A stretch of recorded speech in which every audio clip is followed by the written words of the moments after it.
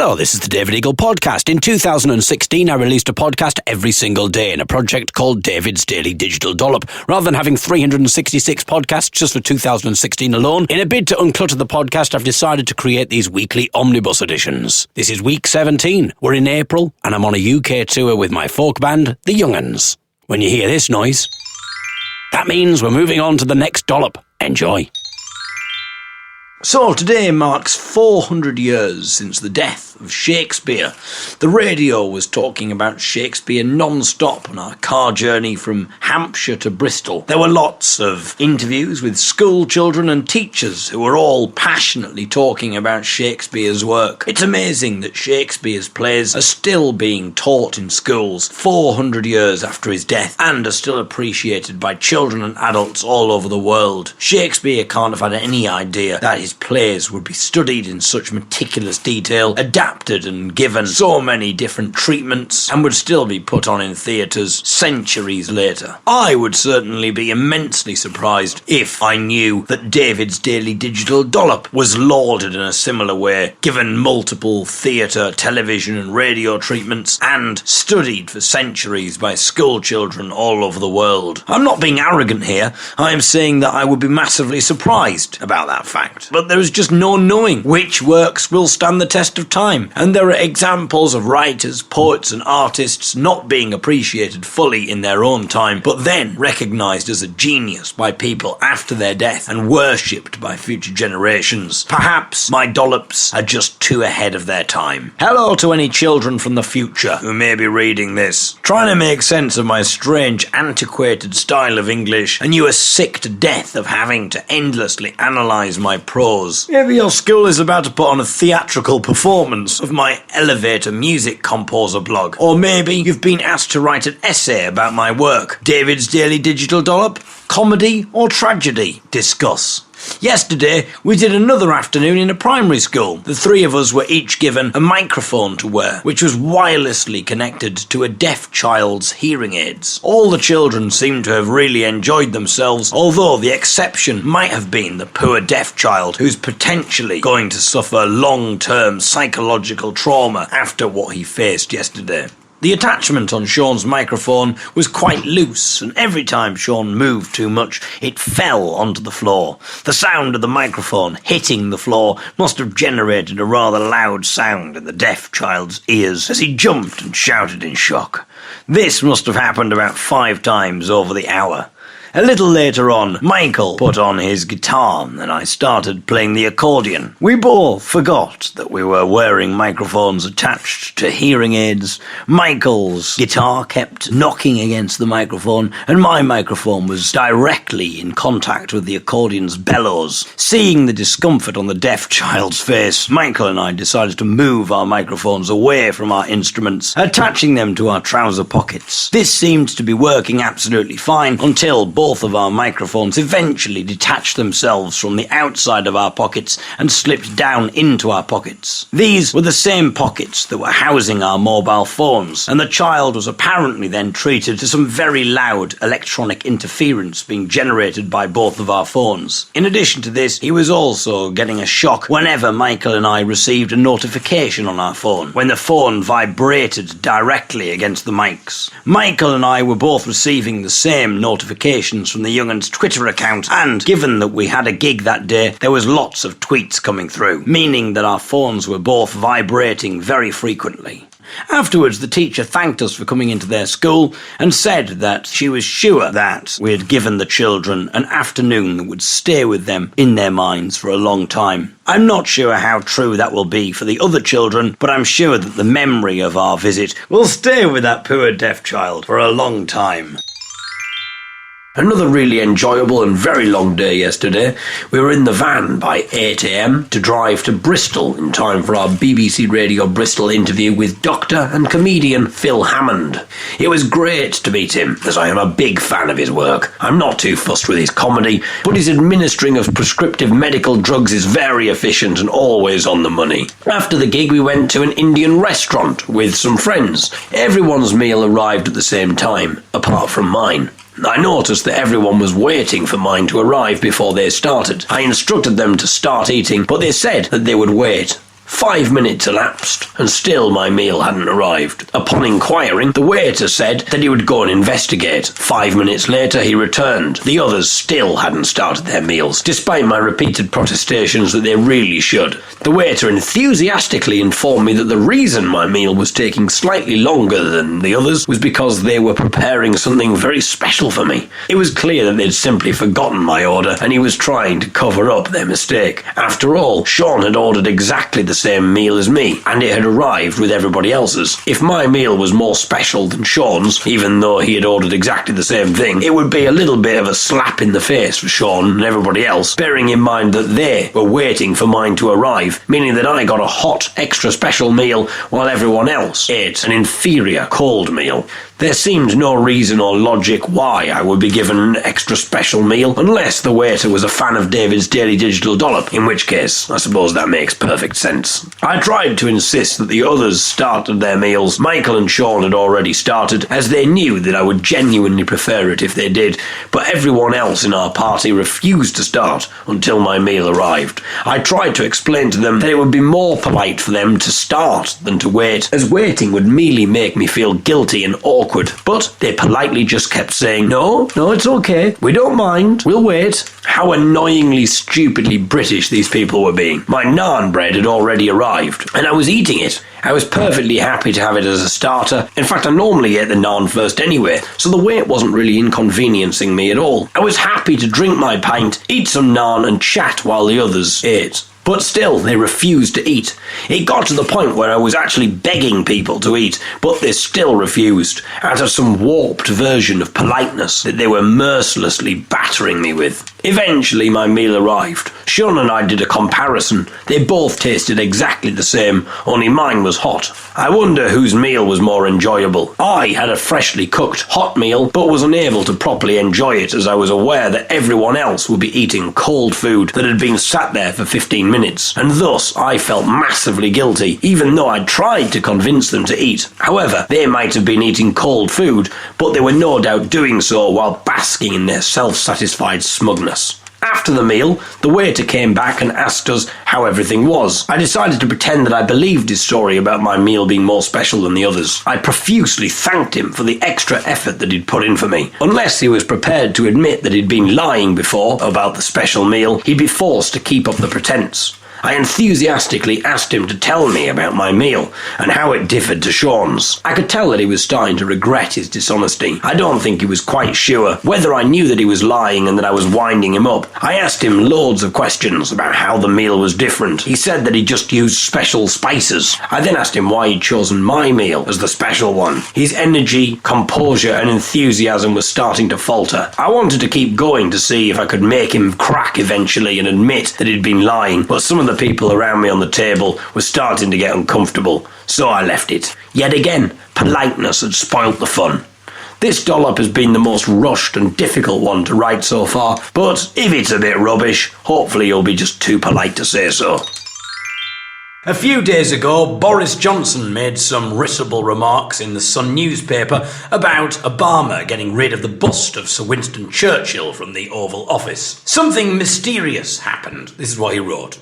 Something mysterious happened when Barack Obama entered the Oval Office in 2009. Something vanished from that room, and no one could quite explain why. It was a bust of Winston Churchill, the great British wartime leader.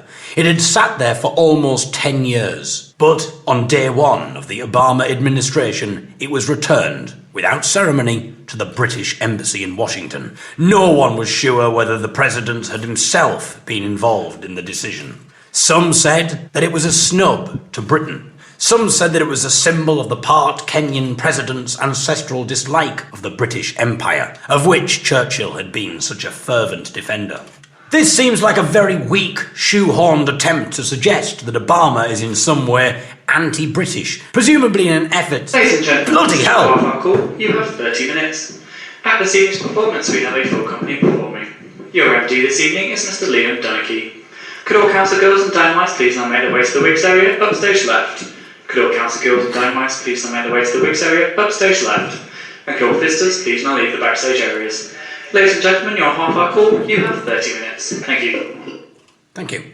No idea. There's another production going on. There's a musical production or something going on. So that's an announcement for the other theatre production. But it's so loud in the dressing room. It's massively loud. This seems like a very weak, shoehorned attempt to suggest that Obama is in some way anti-British, presumably in an effort to discredit his motives and his position about Britain staying in the EU. Otherwise, why reference it? This is the opening paragraph of the article, so Boris has clearly deemed it an important point on which to hang the rest of his argument. His manner of writing engenders a feeling of conspiracy. Something mysterious happened when Barack Obama entered the Oval Office in 2009. Something vanished from that room. Boris does his best to keep the atmosphere of conspiracy alive by writing, "No one was sure whether the president had himself been involved in the decision. Some said that it was a snub to Britain. Some said that it was a symbol of the part Kenyan president's ancestral dislike of the British Empire." Clearly this is just vague conjecture then, as Boris has tacitly admitted, only veiling it in the cloak of conspiracy and intrigue.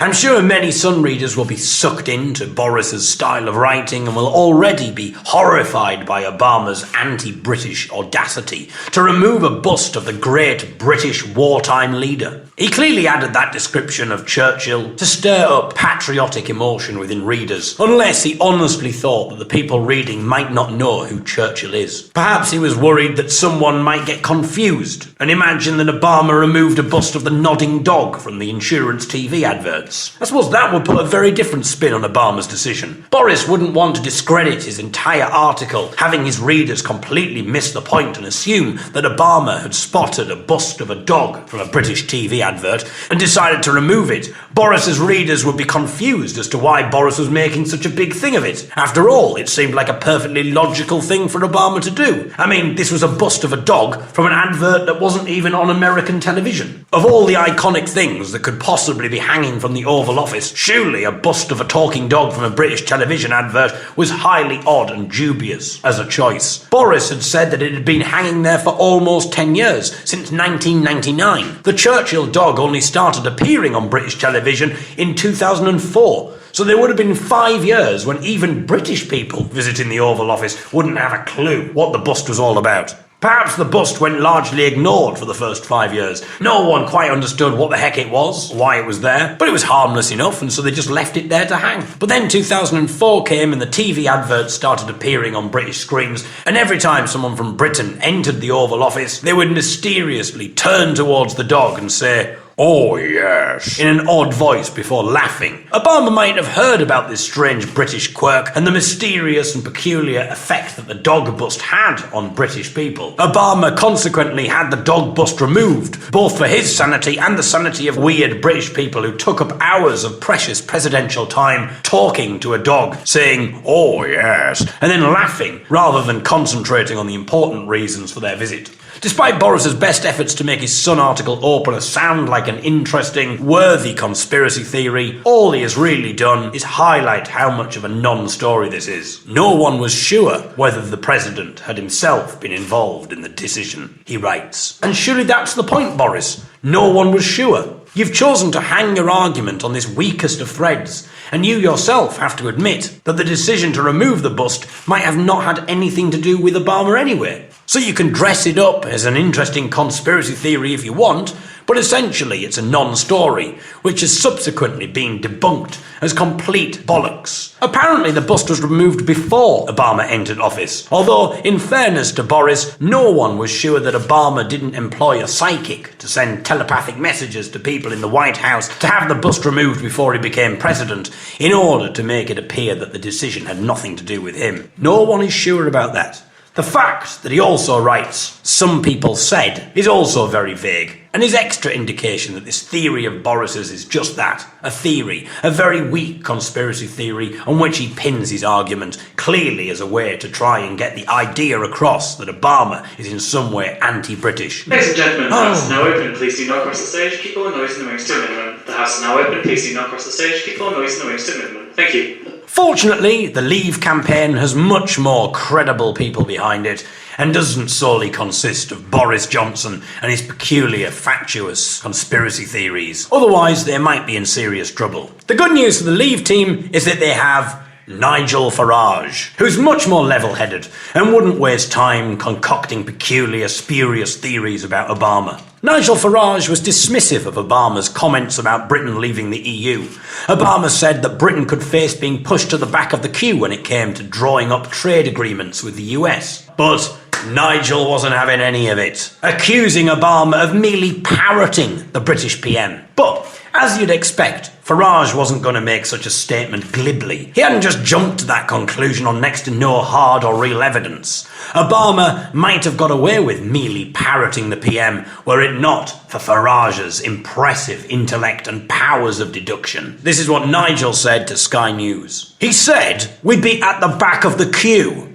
Interesting, isn't it? Americans don't use the word queue. They use the word line. So he's clearly just parroting Cameron. Yes, very interesting, Nigel. An observation that both shows off your amazing detective skills and also clearly showcases your abilities as a worthy contributor on Countdown's Dictionary Corner. The pro-leave people were jubilant, ecstatic that Obama had been found out by Nigel's incredible power of deduction. If he'd have only said line, then presumably Farage and the Leave campaigners would have been more accepting of Obama's words. But he said Q, didn't he? He did.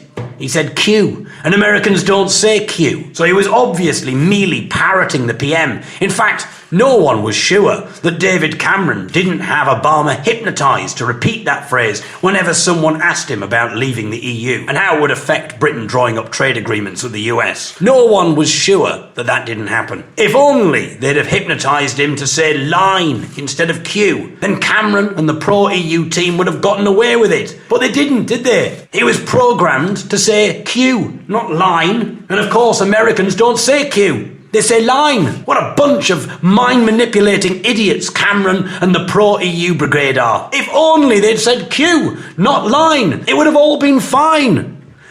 Except Americans do say Q. It's in the American dictionaries. I've checked. It took me less than 2 minutes to do. I found definitions in 5 American dictionaries for the word Q. You'd have thought that maybe Farage could have spared a couple of minutes to do some cursory linguistic research before he presented this theory to the media. But in fairness to Farage, it sounds like a really good theory, doesn't it? And it would be a shame to have it ruined just because it doesn't happen to be factually accurate. Ladies and gentlemen, this is your Act 1 begins. Shut up! All Act 1 begins the stage. It would be a shame to have a theory ruined just because it happened to not be factually accurate. Granted, the word Q is less common in America than it is in England, but it's not as if the word is never used and has been in Britain before, so it's not unlikely that he's picked up some of our lingo. After all, Farage is married to a German woman who presumably speaks English, but I assume that Farage is happy to accept this and doesn't accuse her of merely being his parrot. But I might be wrong. After all, no one is sure that Farage doesn't force his wife to put on a costume made of feathers, flap her arms about, squawk, and then repeat everything that Nigel says, only in the voice of a parrot. Some people say that he does this because he finds it sexually arousing. Some people say that he does this because he is an oddball with a weird power complex.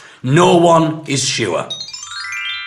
The amount of bread that we've eaten on this tour is ridiculous. We get up and leave first thing in the morning, and there isn't really time to sit down and eat anywhere. And so we just grab a sandwich. Then we get to the venue, and there are people providing sandwiches for us. After the gig, we are hungry, but often everywhere is closed, apart from takeaway places, which serve burgers, pizzas, or kebabs, which all have a bread element. This morning, I had a ploughman's sandwich. I mean, that was the name of the sandwich, in case you were thinking that I'd stolen food from a ploughman. Perhaps waiting until he started ploughing and had his back turned to me, allowing me to make off with his butties without him realising. The ploughman's sandwich consisted of ham, cheese, tomato, lettuce and pickle, which obviously are the 5 top things that a ploughman likes to have in his sandwich. I assume that they did a survey of lots of ploughmen, asking them what they liked in their sandwich, and then collated all that information to create the perfect bespoke sandwich tailored to the ploughman community. I enjoyed my ploughman's sandwich, or at least as much as a man who is fed up to the back teeth, both literally and figuratively, with bread could be expected to enjoy a sandwich. But as I ate, I wondered why the ploughmen get a bespoke made sandwich for them, and why no one has thought to branch out and cater for people working in other fields, by which I'm referring to jobs that don't involve working in fields. I probably could have chosen a better word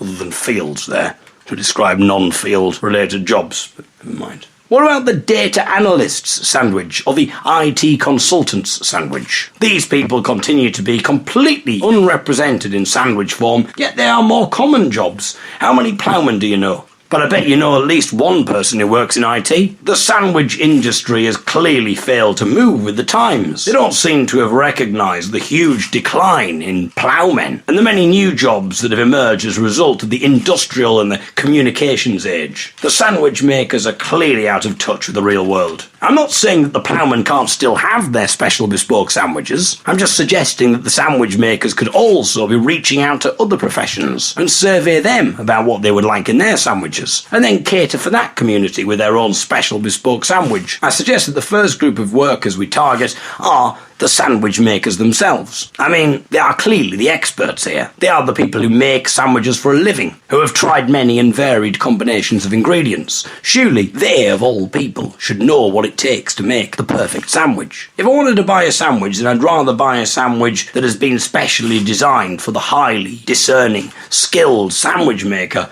than a sandwich that's been made for a man working on a field. No disrespect to ploughmen, but all I'm saying is that if I want a sandwich, I'd rather have a sandwich that's been designed by and for the sandwich making community, just as if I wanted my field ploughing. Oh, and that reminds me, I must get onto the phone to someone about that. I would choose to get it done by a ploughman and not a sandwich maker. It will be interesting to see whether there is any correlation with the results. Will there even be a perfect sandwich that's agreed on by the majority of people who just so happen to work in the same job? Or will we discover that sandwich preference is not at all linked to the job that you do? Might it be that the only workers who agree on the perfect sandwich are ploughmen? Maybe this is why none of the other jobs have sandwiches designed especially for them, as ploughmen are the only ones who have a collective opinion on sandwiches. If you found this dollop uninteresting or a bit too weird, then blame it on the bread. It's clearly gone to my head.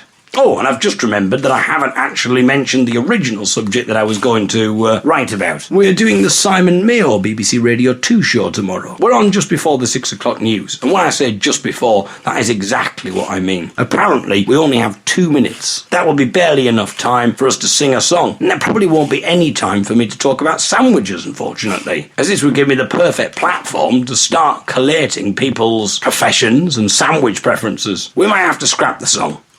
Tomorrow we're at the BBC Radio 2 Folk Awards at the Albert Hall. If by tomorrow we are no longer the best folk group, I hope that you won't desert these dollops. I hope you're not just glory supporters. This is going to have to be a very hastily written dollop, as the Folk Awards are about to commence in the next hour, and I doubt that I'll get away with typing up a dollop in the middle of the ceremony. However, if you see me on the TV typing on my laptop, or even worse, muttering the audio dollop into a digital recorder, then you know that this project has really driven me insane, to the point where I'm willing to sabotage a BBC Awards ceremony and in the process ensure that we'll never be invited back again. So apologies if this dollop is a bit short and not very interesting or entertaining, but at least I provided you with an amazing stream of consciousness blog yesterday all about sandwiches, which will clearly more than make up for any shortfall today.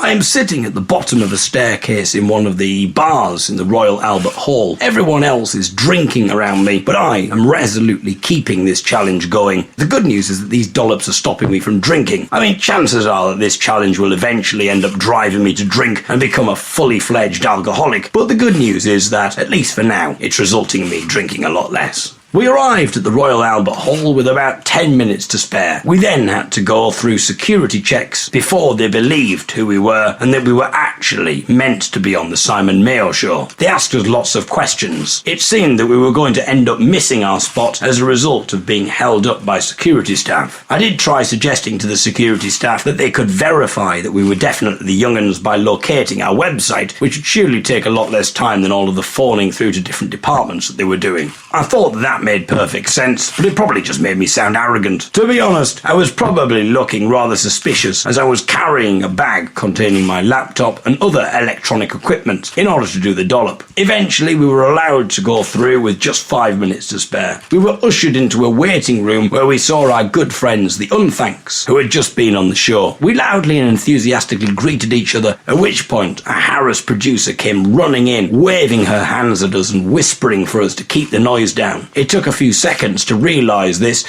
as we were too busy chattering away to each other and hugging. Plus, she was whispering, so we didn't really hear her. The three of us hadn't realised that the studio was literally next door, and apparently, according to the whispering producer, we could be heard in the studio and would therefore be able to be heard on the radio. In fairness to the three of us, we didn't know that the studio was in such close proximity to where we were, but the unthanks were aware of this because they'd just been on the show. So if there's anyone from the Simon Mayo team reading this, I hope that you can see that the fault clearly lies with the unthanks and not us. A minute later, we were whisked into a studio. We were warned by the producer that we would literally only have 2 minutes in which to do the briefest of chats and then sing. Bearing in mind that the song was 1 minute 40, the chat would have to be very brief. However, when at 5:57 Simon went to the traffic news, the line wasn't working, meaning they came to us earlier than planned. Whether this had anything to do with me or not, I cannot say. Whether I happened to use one of the electronic bits of equipment housed in my bag in order to jam the studio line and thus buy us more radio time, I cannot say. But it worked a treat, and we ended up getting 2 minutes and 30 seconds on the air as a result. At the time of writing, we are currently the holders of the BBC Radio 2 Folk Award for Best Group. What will the next few hours bring? This is going to be another hastily written dollop, as we're on stage at Warwick Arts Centre in an hour. I've spent the day doing loads of interviews. Plus, we did another of our free community events today in a primary school in Coventry. So, if this dollop appears rushed and a bit uninteresting and uninspired, then don't blame me. Blame the BBC Radio 2 Awards panellists for having the temerity to vote us Best Group again. As a result, I was up partying all night. I got about 3 hours sleep and have spent the day doing loads of interviews. Plus, there's been loads of Facebook comments, tweets and messages to wade through. Whereas if we hadn't won, then I'd have probably got to bed a lot earlier, got a lot more sleep, and wouldn't have had all of the congratulatory comments to plough through. And I'd be able to speak as well. Nor would I have to do any interviews, meaning that my brain would be a lot less frazzled, and I'd have time to actually write something decent. I also had lots of lovely conversations with people at the Folk Awards who are dollop listeners. There were quite a lot of people who were telling me that they listen every day before going to sleep. I find it strange to think that there are people who hear my voice and enter my mind on a daily basis, and also that for some people, mine is the last voice they hear before they go to sleep. There were quite a few women who told me this, although none of them accepted my half-joking invitation to have my non-recorded voice lulling them to sleep for the very reasonable price of their body, by which I am referring to their live body in a sexual capacity, in case you were worried that I meant that I intended to kill them, which would probably be a bit much, even for such an amazing experience as the one that I was offering. But no, I'm not a psycho, just a slightly creepy, sexually repressed idiot. I didn't feel too rejected though, as it's obvious that the only reason these female dollop listeners didn't take me up on my semi-jocular offer was because they didn't want to distract me from recording the audio versions of the dollops, which I was 2 days behind on. So they gallantly decided to sacrifice their night of unbridled pleasure with me for the greater good, knowing how bereft they and all the other dollop listeners would be if they had to go any longer without hearing the latest audio dollop. I would like to thank you all for being strong enough to resist what must have been an overpowering urge to succumb to the pleasures of the flesh, and thus allowing me to leave the party at 3 a.m. in order to record the 2 pending audio dollops. You are truly amazing and inspirational women. I take my hat off to you, though sadly not my pants. I also spoke to the winners of Best Duo at the BBC Radio 2 Folk Awards, Catherine Roberts and Sean Lakeman. You may remember from Dollop 22 that I mentioned that they'd put a thing on Twitter declaring their favourite artists. Included on the list was Maddie Pryor and other big names in folk, but right at the top of the list was my name. Not the young'uns, but me. And they linked to my Twitter account. Naturally, I just assumed that they meant to write the young'uns and somehow accidentally just tagged me in instead. However, I spoke to them both yesterday and they said that they had deliberately meant to mention me because they listen to these dollops every day in bed before they go to sleep. Well, at least I assume they listen to it and then fall asleep. They didn't actually tell me that, they just told me that they listened every night in bed. Whether they find the dollops an audio aphrodisiac or not is none of my business. And to be honest, I wouldn't want to know. After all, it would be a bit of a kick in the teeth to discover that I was responsible for 2 people getting it on a nightly basis, while me and my female followers are sacrificing our pleasures so that they can have their daily dose of audio arousal. While it was really nice to hear that they were big fans of the dollops, they sadly did not thank me in their award speech. I'm sure that they will next year, now that they've listened to this dollop and can appreciate the sacrifices that I and others make for them. I have to go now, as I'm due on stage in 2 minutes. We've just done one of our free community events, performing in an old people's home in Liverpool. It was a lovely gig and everyone seemed to really enjoy it. But then, at the end, chaos occurred. As we bid everyone goodbye and made to leave, we heard a kerfuffle from behind us and a cry of "Wait!" from one of the ladies. Looking around, we saw that some of the residents had started getting money out of their purses. We tried to stop them, but they were resolutely thrusting it into our hands. It was impossible to stop them and hand their money back, as more hands kept going until everyone started joining in. As the enthusiasm for this exercise increased among the residents, the amounts of money that were being presented to us were getting larger and larger, with some people handing over notes. If we'd have accepted all the money that was being thrust at us, then we'd probably have come away from this short afternoon performance in an old people's home with more money than we'd made on any of our actual gigs. We kept trying to hand people their money back, but it was becoming increasingly difficult as more and more people pushed their hands at us and dropped their offerings on the table. The table was now covered with coins and notes. We had no idea who had given us what. If we tried asking people what they'd given so that we could give it back, they either refused to tell us or just said that they couldn't remember. The staff attempted to step in and reissue the money to people, but they had no idea who'd given what. The place was in chaos. Some people had gone to their rooms realising that they hadn't got any money and were now coming back to give us money, not realising that we'd actively been avoiding taking it for the last 5 minutes. Some people were pursuing us out of the door, still trying to give us money. The staff are clearly not going to be able to give the right amount of money back to the people who gave it to us, so maybe we should have just accepted it. But it seemed wrong to offer a gig for free and then end up coming away with hundreds of pounds. But was it patronising of us to refuse their money just because they are in their 90s? We refused the money as soon as it was offered. Had we accepted, would the staff have intervened? Regardless, it just seemed a bit inappropriate for us to have accepted.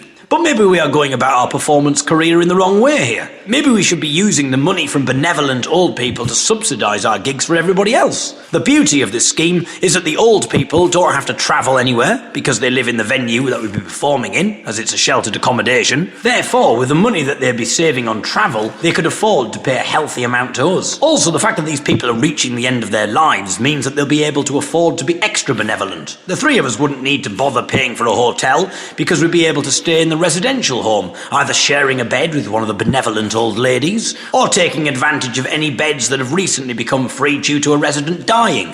I cannot see a problem with this scenario, and I intend to forward this dollop on to our agent immediately. I think it's very doubtful that the staff at today's home would be able to give the right amount of money back to the right people. Perhaps the residents will just decide to split the money between them equally. They may even elect to put all their money on the table and split all of it equally between them, thus starting a new utopian life where everyone is equal. This idea then might spread into other old people's homes, and this might eventually filter down to the rest of society. Sadly, this would eventually invariably lead to people being put to death, as yet another communist attempt failed to effectively get off the ground. We thought it would be nice to do some free gigs for people in the community, but we may have ended up accidentally launching a bloody communist revolution, resulting in the possible death of millions. Lesson well and truly learned. We'll be sure to only do gigs for lots of money in the future, and hope that the people in the residential home in Liverpool either die or have a collective memory lapse before they can set their communist plans into action.